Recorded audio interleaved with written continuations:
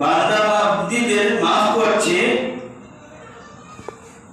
এত বেশি পরিমাণে, কিন্তু অন্যান্য নবীর জামানাতে এই পরিমাণে মাফ হয়নি। তো ব্রাদার মিল্লাতে ইসলামিয়া তার কারণ হলো নবী মুস্তাফাকে আল্লাহ খুব পছন্দ করে, খুব ভালোবাসে, খুব কাছে। এই জন্য নবী মুস্তাফার ওসিলায় তার গুনাহগার উম্মতীদের আল্লাহ মাফ করছে। আমরা শুনি যে হযরত মুসা আলাইহিস সালামের কাছে হযরত হাজর আলাইহিস সালাম এসেছিলেন জান কবজ করার জন্য। কিসের জন্য? জান কবজ করার জন্য এসেছিলেন হযরত আজরাইল। হযরত আজরাইল আলাইহিস সালাম যখন যে মুসা আলাইহিস সালামকে বললেন যে আমি জান কবজ করার জন্য এসেছি, সঙ্গে সঙ্গে এক চাও কাকে? হযরত আজরাইল আলাইহিস সালাম।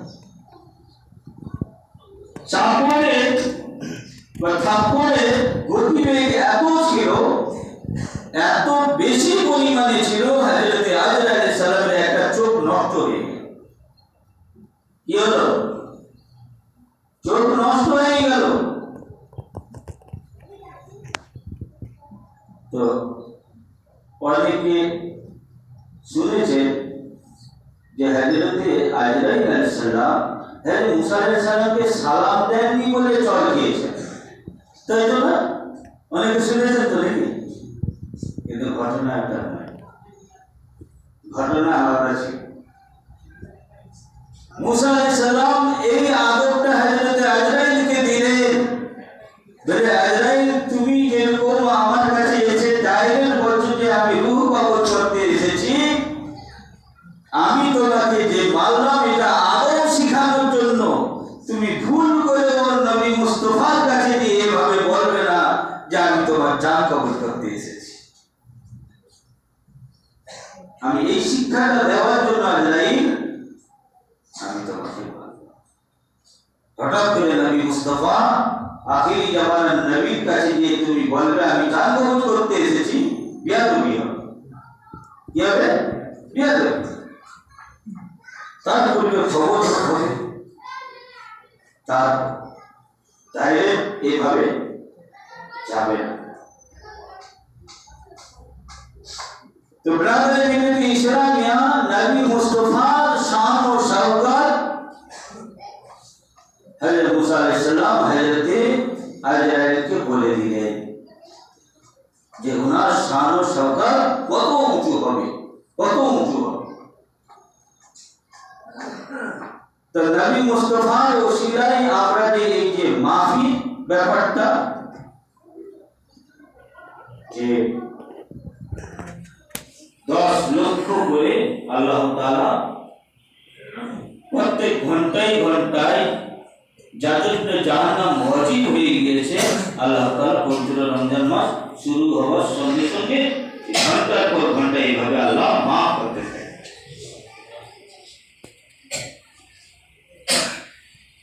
ব্রাদার মিল্লাতে ইসলামিয়া সব এগুলো নবীর শান,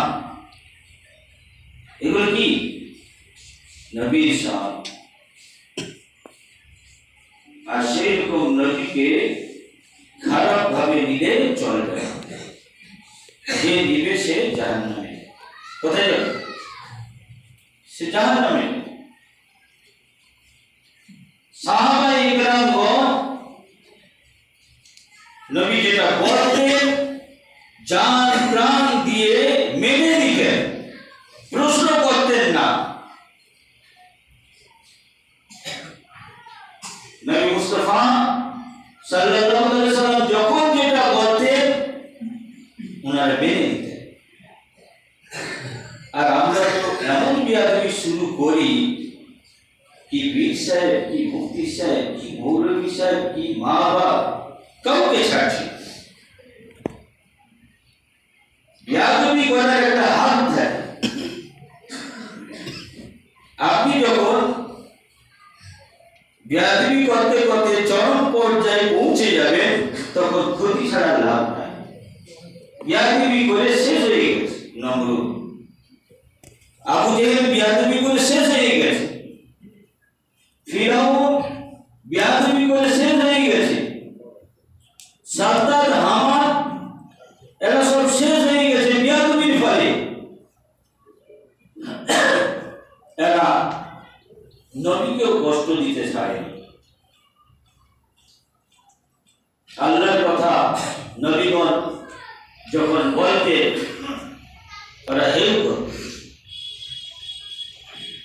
নবীর পিছনে নামাজ পড়ে নবীর সঙ্গে গাদ্দারি করত, নবীর পিছনে নামাজ আবার নবীর পিছনে গাদ্দারি, মুনাফিকি।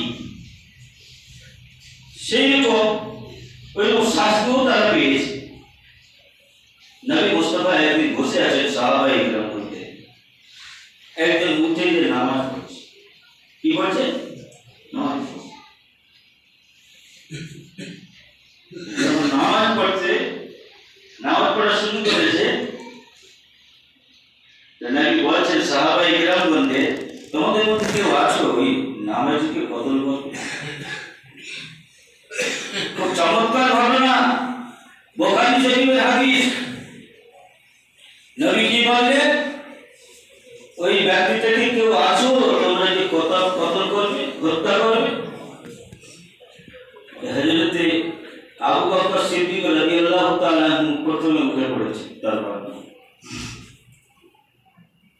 কেন নবীর কথা শোনাতে উনি আগে ছিলেন। নবীকে মহব্বত করার দিক থেকে হযরতে আবু বকর আগে ছিলেন।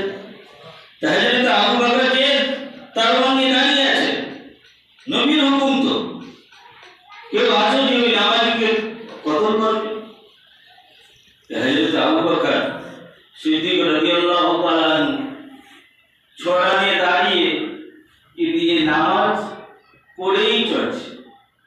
নামাজ যেদিও শেষ করে সালাম ফিরে যাচ্ছে, আবার উঠে আল্লাহু আকবার। এত বড় নামাজ, কত বড় নামাজি! সালাম ফিরিয়ে আবার আল্লাহু আকবার।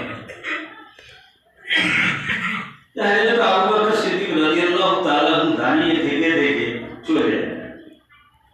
নবী আমার বললেন, তোমাদের মধ্যে কেউ আছো এই নামাজীকে কতল করবে? তাহলে তো উমর উঠে গেল। তাহলে তো উমরও যে ওইভাবে দাঁড়িয়ে থাকলেন, একের পর এক নামাজ সালাম ফিরাই তো আল্লাহু আকবার, সালাম ফিরে দিয়ে আল্লাহু আকবার, তো মারার সুযোগ পাচ্ছে না। ইয়া রাসূলুল্লাহ, ইয়া বলে নামাজীকে কেমন করে মার? কিন্তু নবী তো বলেছেন কতল কর। ও নামাজিতে থাকুক, সেজদায় থাকুক, রুকুতে থাকুক, কিন্তু নামাজ পড়ছে। হ্যাঁ, ওমর ঘুরে চলে গেলেন, হযরতে উসমান গনিও ঘুরে চলে গেলেন, হযরতে ইমামে আলীও ঘুরে চলে গেলেন। তারপরে ওখানে ও চপ সরে গেছে। তো নবী বললেন যে তোমরা ওকে হত্যা করলে না,